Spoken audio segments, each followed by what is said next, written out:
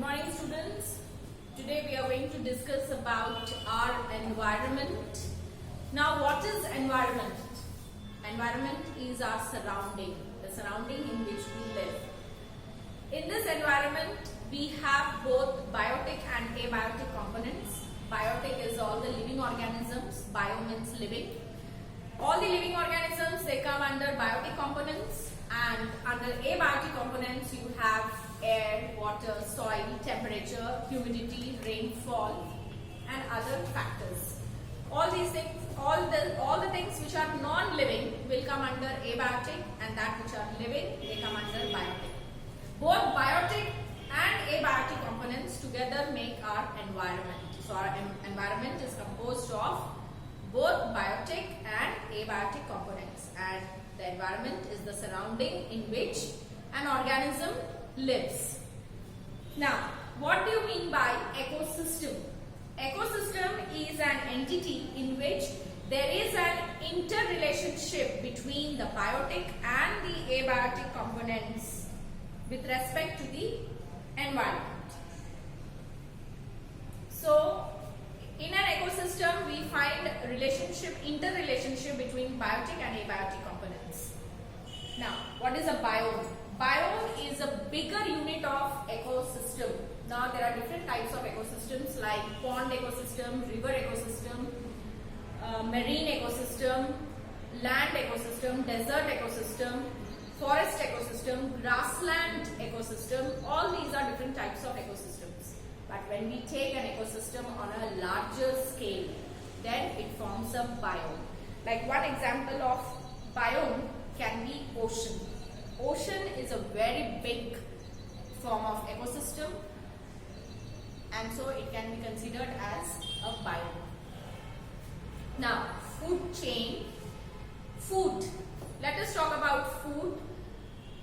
In our environment, who are the ones who produce food for others and for themselves?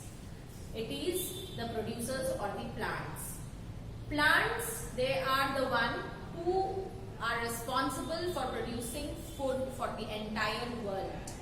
Plants not only prepare their own food for themselves, but also they prepare food for other organisms, and hence plants are called as autotrophs, and they produce food by the process called photosynthesis, in which they consume air, they consume carbon dioxide, water, and produce glucose in the presence of chlorophyll and sunlight. Sunlight is considered as the prime source of energy in our ecosystem. All the source of energy that we are having, the plants are having, they are all the outcome of the prime source of energy, and that is the sun. Sun is a natural source of energy, it is the prime source of energy, and only 0.01% of sunlight is taken by the plants to prepare their food for the entire world. Now, the energy that the plants have produced or taken from the sun, the heat energy is converted into chemical energy. That is, sunlight is converted into chemical energy, that is glucose in the presence of carbon dioxide and water. Now, the food that the plants make, it is not only consumed by themselves, but also it is consumed by other organisms which are called as heterotrophs. Now, when the energy is being transferred from one organism to another organism, it forms a food chain. So, food chain can be briefly defined as it is a process of eating and being eaten.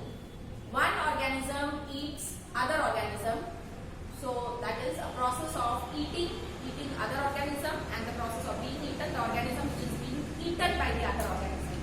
Both these organisms, one which is eating and the other which is being eaten, both will form the food chain. So, the sequential arrangement of the organisms which are eaten and being eaten is called as food chain. When all the food chains are interconnected with each other, then they form a food web. So, food web is nothing but the interconnections of all the food chains in an ecosystem forms in a simultaneous pattern that forms a food web. Now there are three types of food chain, that is predator food chain, parasitic food chain and saprophytic food chain. Who is a predator and who is a prey? Prey is the one which is being eaten. Like I will give you a chronic example of lion and a deer.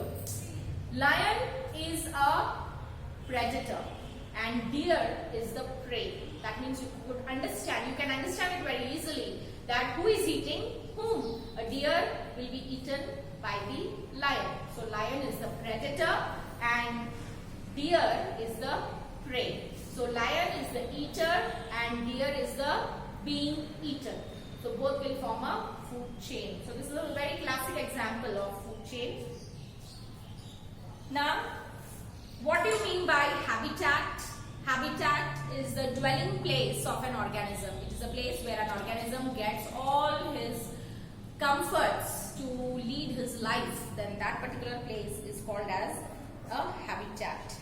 Now, in your ecosystem, we have seen there are two types of ecosystems. One is natural ecosystem and one is man-made ecosystem.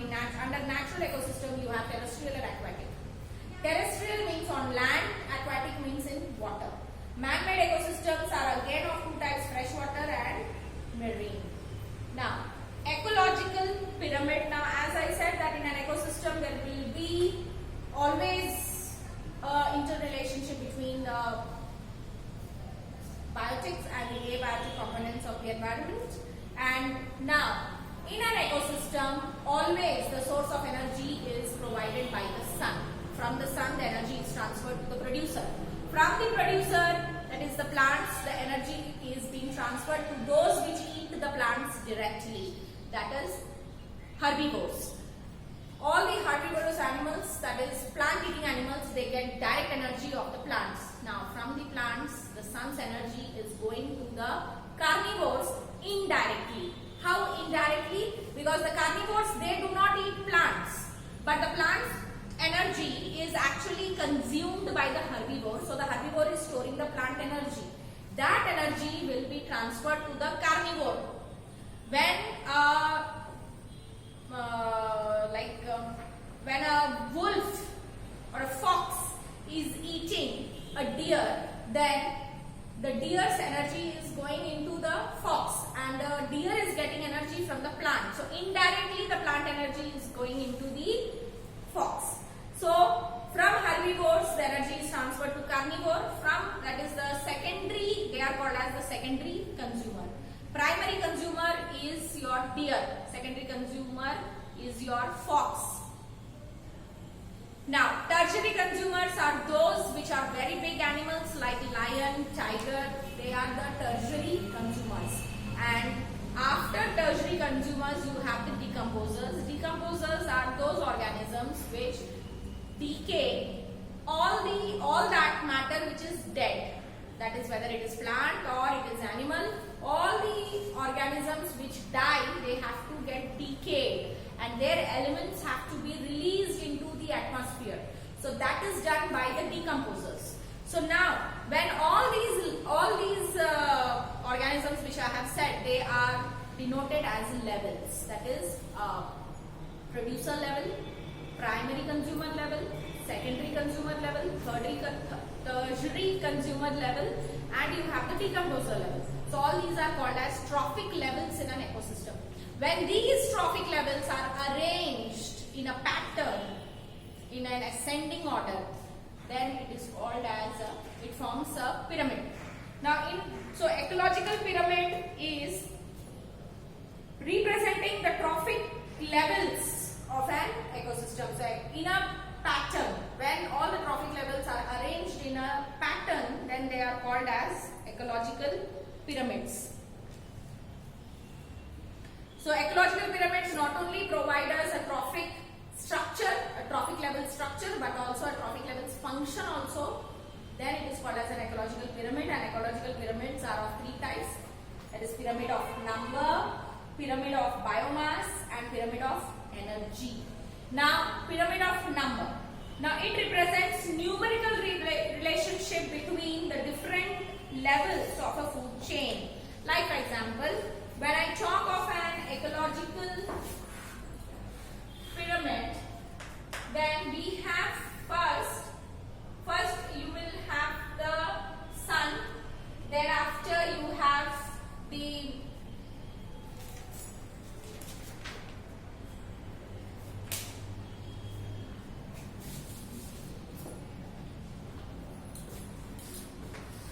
triangular shape. A pyramid is nothing but it's a triangular shape.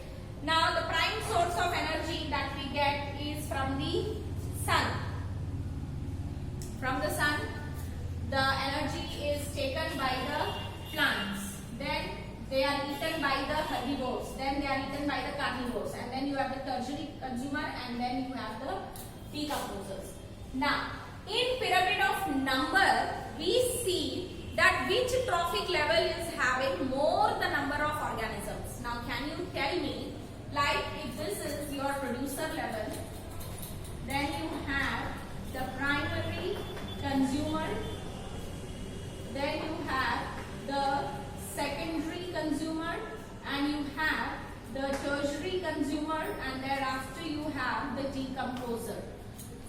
Now, which level in this these are the various trophic levels which are arranged in a pattern to show the structure and function of an ecosystem, that is called as an ecological pyramid. Now in this ecological pyramid, if we have to differentiate it on the basis of number, then which organisms will be more in number? Can you tell me? We have plants. Plants are the maximum in number. After plants, we have the herbivores in little lesser number than plants, but they are more in number than the secondary consumer.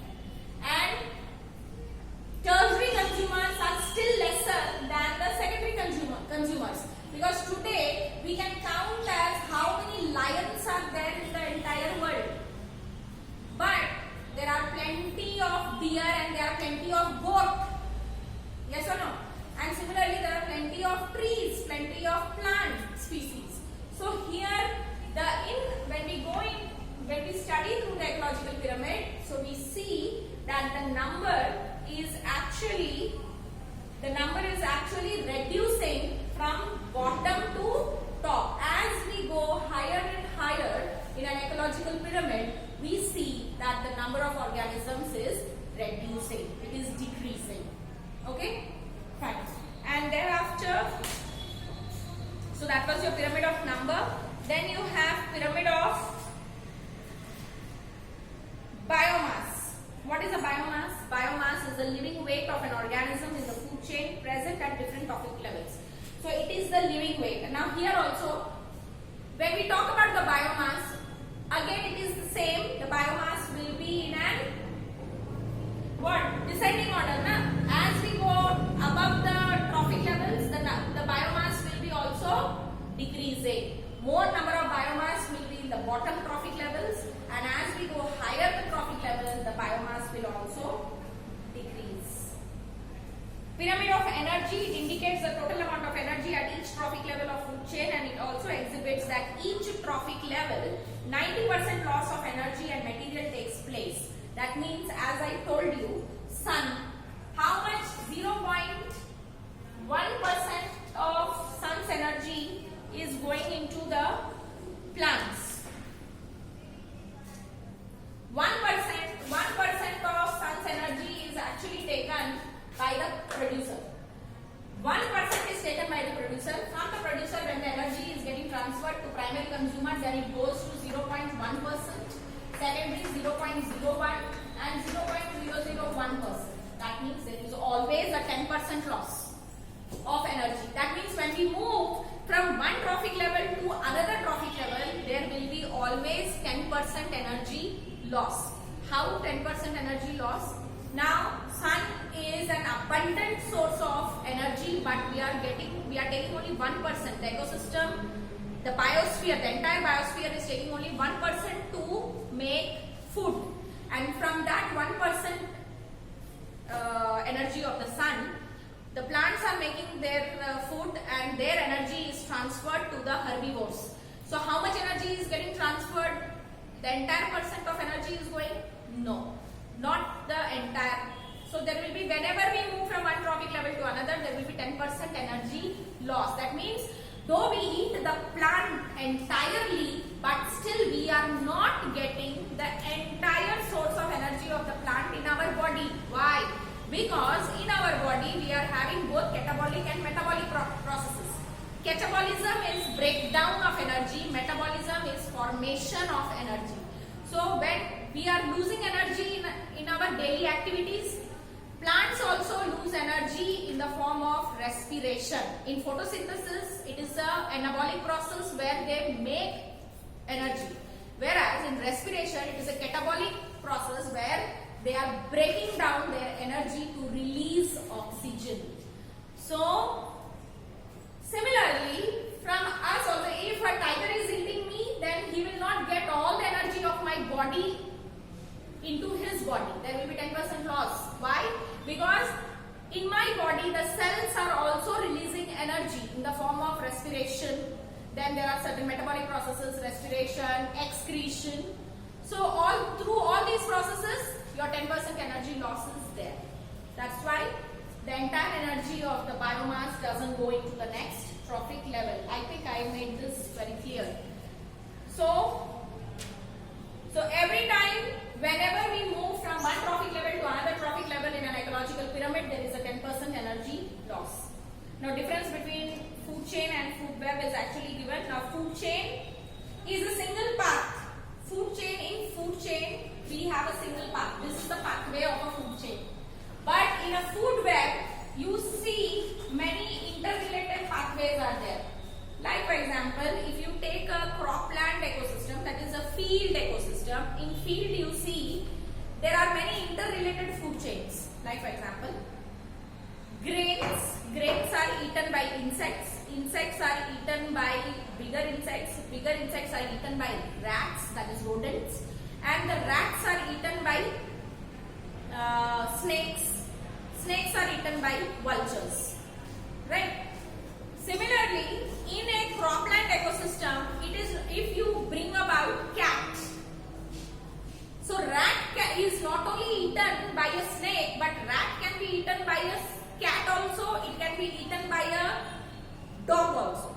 So that means here there is a bifurcation. It is not a single pathway. Here there are many number of things. So now the grains can be eaten by birds. So bird is another entity which is entering into your ecosystem. First we said that grains are being eaten by insects, insects are eaten by your rats, and rats are eaten by snakes. Now the grains can be eaten by birds.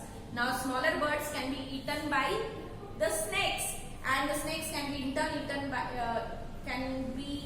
in return eaten by the vultures. So again, there is interrelation of many ecosystems in your cropland ecosystem. In one ecosystem only there are many interrelationship of organisms. You can see the food web picture in your book, I suppose somewhere. Might have been given. Yes. So through a food web, that is on page number 67, you can see the food web.